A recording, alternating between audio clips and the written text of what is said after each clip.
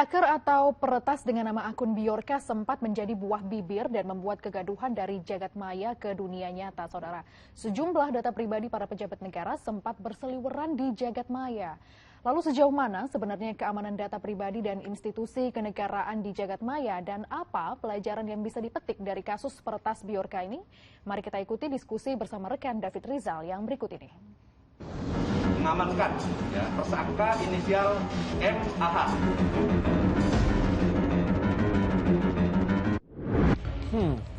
Teka-teki siapa sebenarnya Bjorka masih tetap jadi misteri meskipun polisi sudah menetapkan seorang pemuda asal Madiun, Muhammad Agung Hidayatullah, yang sebelumnya dikenal sebagai tukang es menjadi tersangka yang diduga membantu Bjorka menjalankan aksinya. Lalu dengan ditetapkannya satu orang tersangka, apakah ini artinya sosok Bjorka sudah mulai terungkap? Yuk kita diskusi.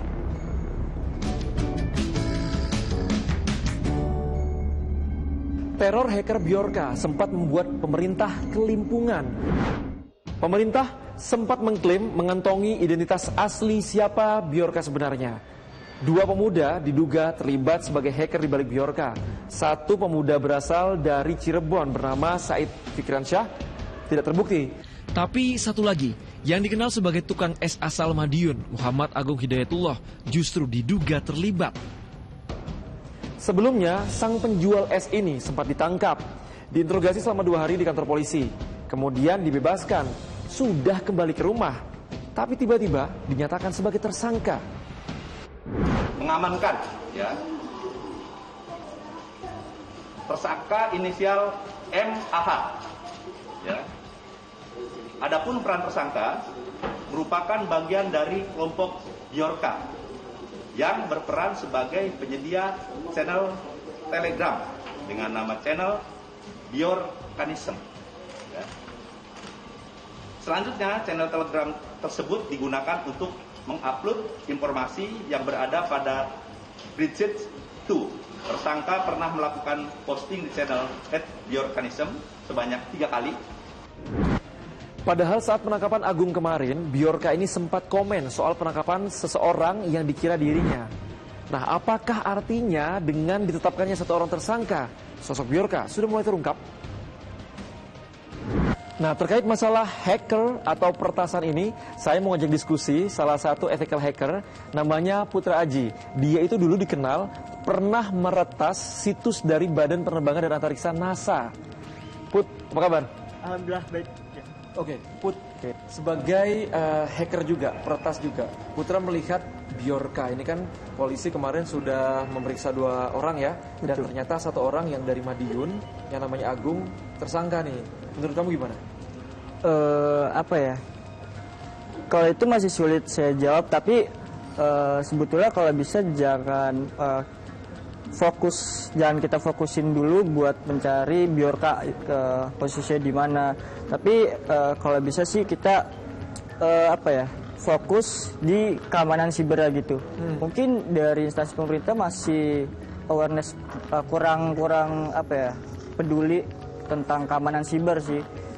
Ya harapannya mungkin dengan adanya peretasan dari Bjorka, pemerintah bisa lebih memperhatikan dari segi keamanan siber dan juga ada awareness lah terhadap cyber security gitu.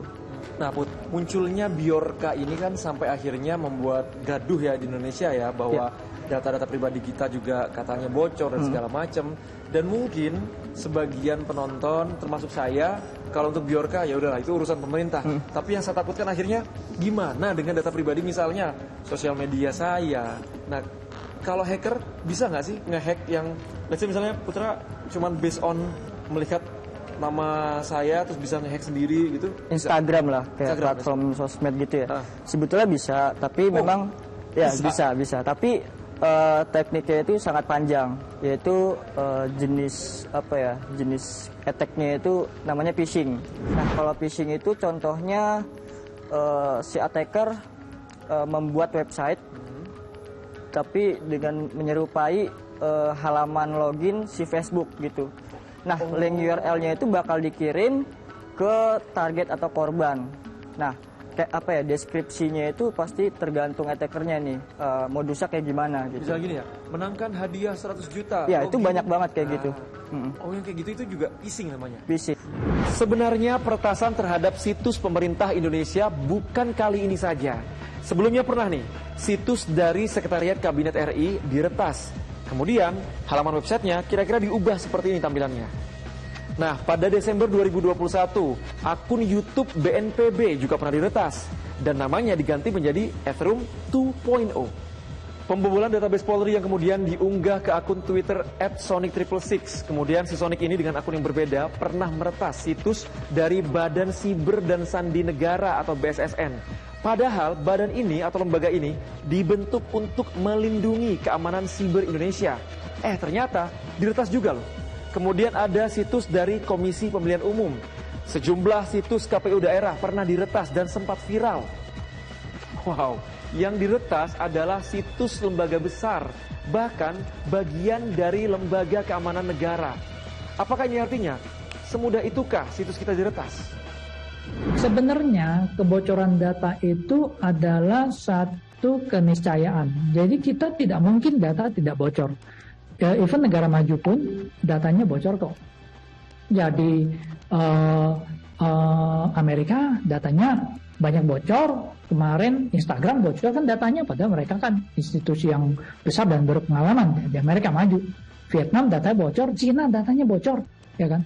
Nah, cuman di kita ini bocor, bedanya adalah kalau kita ini bocornya terlalu besar, terlalu masif.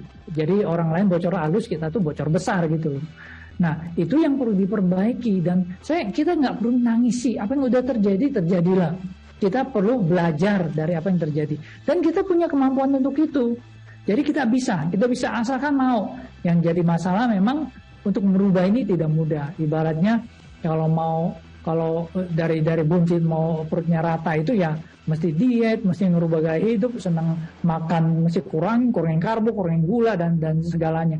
Jadi kalau kita berubah kita bisa dan kita akan mendapatkan manfaat terbaik dari itu. Sejumlah negara pernah dibuat heboh oleh yang namanya hacker. Di tahun 2015, Amerika Serikat, tepatnya Pentagon, ini pernah kena serangan cyber. Di mana ini ada sistem email dari staf gabungan Pentagon lumpuh selama 2 minggu. Disebut-sebut serangannya ini dilakukan oleh hacker dari Rusia. Kemudian Badan Intelijen Australia, situsnya juga pernah dihack. Bahkan ini mati total. Kemudian ada lagi Malaysia, negara tetangga kita ini juga pernah kena serangan cyber. Sama siapa? Sama hacker dari Indonesia. Sedikitnya ada 116 situs yang diretas, tepat pada hari kemerdekaan Malaysia pada tahun 2009 lalu.